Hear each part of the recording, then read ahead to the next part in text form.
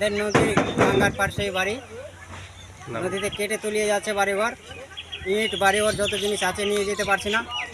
নিয়ে যাওয়ার জন্য যেগুলো রাস্তা আছে রাস্তাতে গাড়ি চলছে না।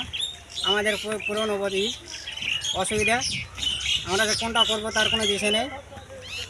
আর এরকম করে আমার কোনো সাহায্য পাওয়া যাচ্ছে না, খুব অসুবিধে হলে সরকার খালি একটা তিরপাল দিয়ে দিয়েছে, বাকি কোনো ভালো মন্দতে নেই। আর যেগুলো টেনে টুনে নিয়ে যাব তাদের কোনো রাস্তার গাড়ি চলছে না, বন্ধ আছে। আমরা খুব এখন খারাপ অবস্থায় আছি, কিছু করা যাচ্ছে না।